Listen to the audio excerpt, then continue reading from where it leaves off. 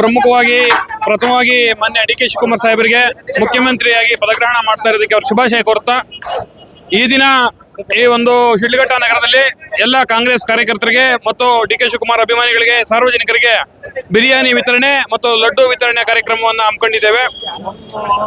ಈ ಒಂದು ಕಾರ್ಯಕ್ರಮವನ್ನ ಶಶಿಧರ್ ಮುನಿಯಪ್ಪ ಮತ್ತು ವಿ ಮುನಿಯಪ್ಪ ಅಭಿಮಾನಿಗಳು ಎಲ್ಲ ಈ ಒಂದು ಕಾರ್ಯಕ್ರಮವನ್ನ ಏರ್ಪಾಟ್ ಮಾಡಿರೋದು.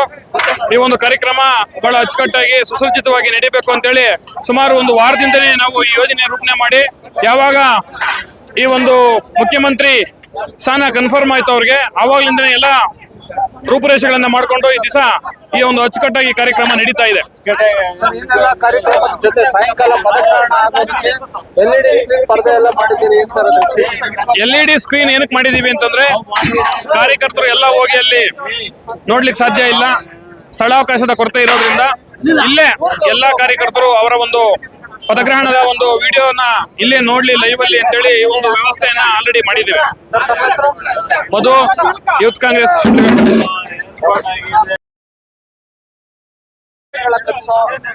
ಬಹಳ ದಿನಗಳ ಕನಸು ಡಿ ಕೆ ಶಿವಕುಮಾರ್ ಅವರು ಈಗ ಮುಖ್ಯಮಂತ್ರಿ ಆಗ್ತಾರೆ, ಆಗ ಮುಖ್ಯಮಂತ್ರಿ ಆಗ್ತಾ ಇದ್ರು ಅಂತ ಹೇಳಿದ್ರು. ಈಗ ಪದಗ್ರಹಣ ಆಗ್ತಾ ಇದ್ರೆ ಯಾವ ತರ ಸಂತೋಷ ಆಗ್ತಾ ಇದೆ? ಡಿ ಕೆ ಶಿವಕುಮಾರ್ ಸಾಹೇಬ್ರ ಕನಸು ಇವತ್ತು ನನಸಾಗಿದೆ. ಅವರ ಕನಸು ಇವತ್ತು ಸುಮಾರು 20 ವರ್ಷದಿಂದ ಅವ್ರನ್ನ CM ಆಗಬೇಕು ಅಂತಕ್ಕಂಥ ಕನಸನ್ನು ಕಂಡಂತವರು.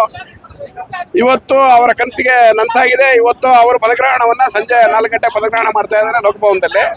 ಆದರೆ ಇವತ್ತು ನಾವು ನಮ್ಮ ತಾಲೂಕಿಂದ ಸುಮಾರು ಜನ ಹೋಗ್ಬೇಕು ಅಂತ ಕಾರ್ಯಕ್ರಮ ಇತ್ತು. ಆದರೆ ಅವರು ಕಾರ್ಯಕ್ರಮವನ್ನ ಸಂಭ್ರಮಾಚರಣೆ ಬೇಡ, ಲೋಕಭವನದಲ್ಲಿ ನಾವು ಸಿಂಪಲ್ ಆಗಿ ಮಾಡ್ಕೊಳ್ಳೋಣ, ನೀವು ಆಯಾ ತಾಲೂಕಲ್ಲಿ ಏನ್ ಮಾಡ್ಬೇಕಾದ್ರೆ ಸಿಂಪಲ್ ಆಗಿ ಮಾಡಿ ಅಂತಕ್ಕಂಥ ಒಂದು ಆದೇಶವನ್ನು ಕೊಟ್ಟಿದ್ದಾರೆ. ಆದ್ರಿಂದ ನಮ್ಮ ತಾಲೂಕಿನ ನಾಯಕರಾದಂಥ ನಮ್ಮ ಮಾಜಿ ಸಚಿವರಾದಂಥ ಮುನಿಯಪ್ಪಣ್ಣಗೂ ಅವ್ರಿಗೂ ಅಭಿಮಾನ ಸಂಬಂಧ. ಯಾಕೆಂತಂದ್ರೆ ಅವ್ರಿಬ್ಬರಿಗೂ ಭಾರಿ, ಇವತ್ತು ಏನಾದ್ರು ನಮ್ಮ ಮುನಿಯಪ್ಪಣ್ಣ ಅವರು ಈ ಶಾಸಕರಾಗಿದ್ರೆ ಇವತ್ತು ಅವರು ಮಂತ್ರಿಗಳಾಗ್ತಾ ಇದ್ರು ಈ ಸಂಪುಟದಲ್ಲಿ.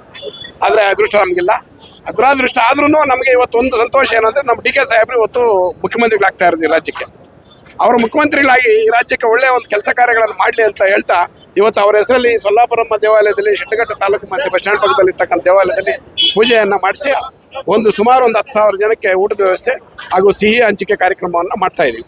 ಸರ್, ಏನು ನೀವು MC ಸುಧಾಕರ್ ಅವರ ಆಪ್ತರಾಗಿರ್ತಾ ಇದ್ರೆ, MC ಸುಧಾಕರ್ ಅವರು ನಿರ್ಗಮಿತ ಸಚಿವರಾಗಿರ್ತಾರೆ, ಈಗ ಅವ್ರಿಗೆ ಸಚಿವರು ಬರ್ಬೇಕಂತ ಹೇಳಿ ತಮ್ಮ ಏನಾದ್ರು ಅನಿಸಿಕೆ ಇದೆ? ನಮ್ಮ ಮಾಜಿ ಸಚಿವರಾದಂಥ MC ಸುಧಾಕರಣ್ಣವರ ಒಂದು ಆಪ್ತರು ನಾವು ಆಗಿದ್ರು ಸಹಿತ ಇವತ್ತು ಅವರಿಗೆ ಈ ಸಂಪುಟದಲ್ಲಿ ಮತ್ತೆ ಸ್ಥಾನವನ್ನು ಕೊಡಬೇಕು ಅಂತ ನಾನು ಮಾನ್ಯ ಮುಖ್ಯಮಂತ್ರಿಗಳಾದಂಥ ಡಿ ಕೆ ಶಿವಕುಮಾರ್ ಅಣ್ಣವ್ರಿಗೆ ಮನವಿಯನ್ನು ಮಾಡ್ಕೊಳ್ತಾ ಇದ್ದೆ. ದಯವಿಟ್ಟು, ಯಾಕಂದ್ರೆ ಅವ್ರು ಒಳ್ಳೆ ಕಾರ್ಯವನ್ನು ನಿರ್ವಹಿಸ್ತಕ್ಕಂಥವ್ರು ಆ ಸಚಿವ ಸ್ಥಾನವನ್ನು ಬಹಳ ಅವರ ಶಿಸ್ತಿಯಿಂದ ಒಳ್ಳೆ ಕೆಲಸ ಕಾರ್ಯಗಳನ್ನ, ಶಿಕ್ಷಣ ಸಚಿವರಾಗಿ ಆ ಶಿಕ್ಷಣದ ಕೆಲವೊಂದು ಬದ್ಧತೆಗಳಿಗೆ ಅನುಗುಣವಾಗಿ ಅವ್ರ ಕೆಲಸ ಕಾರ್ಯಗಳನ್ನ ಮಾಡಿರ್ತಾರೆ.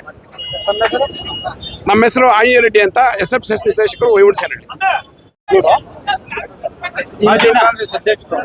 ಈ ದಿನ ನಮ್ಮ ನೆಚ್ಚಿನ ನಾಯಕರಾದ ಡಿ ಕೆ ಶಿವಕುಮಾರ್ ಸಾಹೇಬರು ಇವತ್ತು ಸಂಜೆ 4 ಗಂಟೆಗೆ ಮುಖ್ಯಮಂತ್ರಿಯಾಗಿ ಪದಗ್ರಹಣ ಮಾಡ್ತಾ ಇದ್ದಾರೆ.